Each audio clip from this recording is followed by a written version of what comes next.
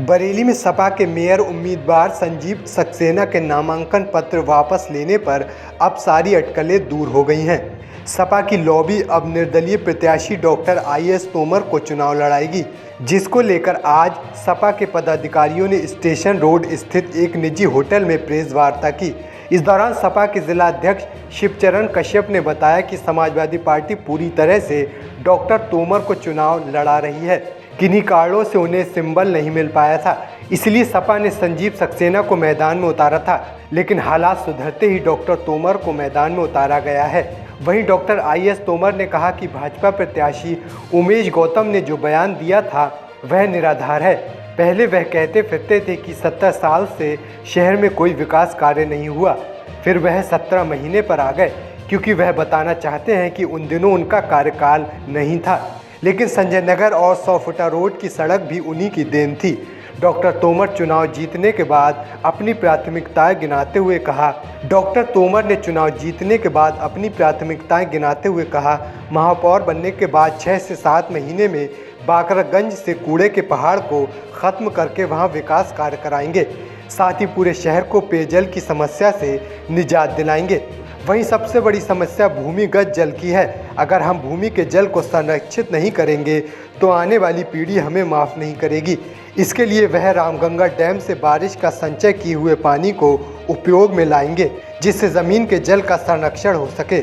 उन्होंने आगे बताया कि शहर के नालों का दूषित पानी नदियों में जाने से बचाने के लिए सीवेज ट्रीटमेंट प्लांट लगाए जाएंगे। वहीं सपा के घोषित मेयर के आरोपों पर डॉक्टर तोमर ने कहा कि संजीव सक्सेना पर उन्होंने कोई दबाव नहीं बनाया, सपा मुखिया के आदेश का पालन किया गया है। नगर निगम में मैंने 2 कार्यकाल पहले किया है, 10 वर्ष इस शहर की एक गली एक कूचा मुझे जवानी याद है। मैं शहर का नाले यहाँ बैठकर आपको सारे गिनवा सकता हूँ, कहाँ से नाला निकला, कहाँ सीवर है, कहाँ नहीं है, किस खंभे पर लाइट है, किस पर नहीं है।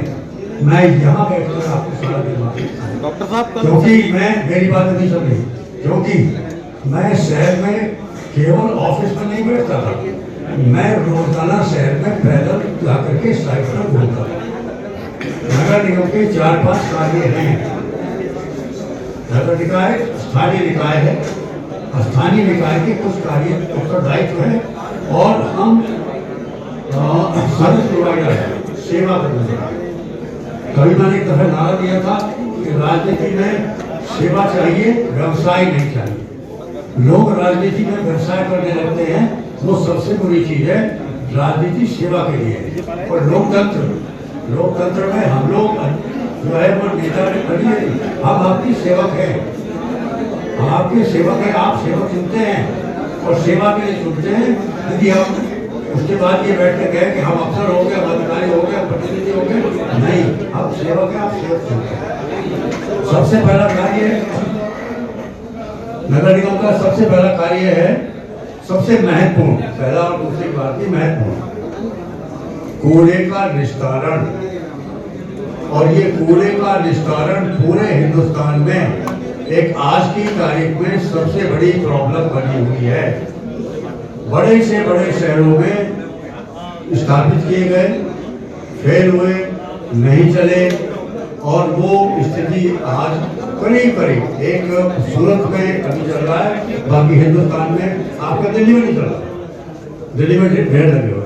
सबसे पहले प्राथमिकता हमारी होगी सॉलिड वेस्ट मैनेजमेंट प्लांट बनाकर चलाना। मैंने अपने पिछले कार्यकाल में भी चलाया था, उसमें न्यायालय की आपत्ति की वजह से बंद हो गया, वो एक अलग कहानी है, लेकिन ये सबसे पहले प्राथमिकता रहेगी। उसी के साथ जो हमारा कूड़े का पहाड़ बाकरगंज में लगा हुआ है, 6 से 8 महीने के बीच में उसको पूरा वहां से साफ करके उसको डेवलप करना, ये एक उत्तरदायित्व है नगर निगम। अब नगर निगम का उत्तरदायित्व आता है दूसरा, पेयजल, आपको पीने की पानी की सुविधा। आज हम नगर निगम बरेली में सारा जल जो आपको व्यवहार है वो जमीन के नीचे से खींचते हैं। मेरी प्लानिंग होगी कि अगले 50 साल के लिए इस नगर निगम में कितनी जनसंख्या होगी, कितनी पानी की आवश्यकता होगी, और इस जल को इसका दूसरा दूसरा तरीका क्या हो सकता है कि जिसमें हम अंडरग्राउंड वाटर को बचा लें और सरफेस वाटर से काम चलाएं। सरफेस वाटर का मतलब है बारिश का पानी। रामगंगा पर डैम बन रहा है, डैम बन के 4 महीने, 6 महीने, 8 महीने, 10 महीने, साल भर में तैयार होगा। उस डैम से एक तो ये होगा कि लोकल एरिया का भूतल जो पानी है उसका लेवल बढ़ेगा। हम वहाँ से पानी लेकर के साफ करके नगर निगम में लेंगे और अगले 50 साल की प्लानिंग बनानी होगी आज, नहीं तो आने वाली नस्ल हम और आपको माफ नहीं करेगी।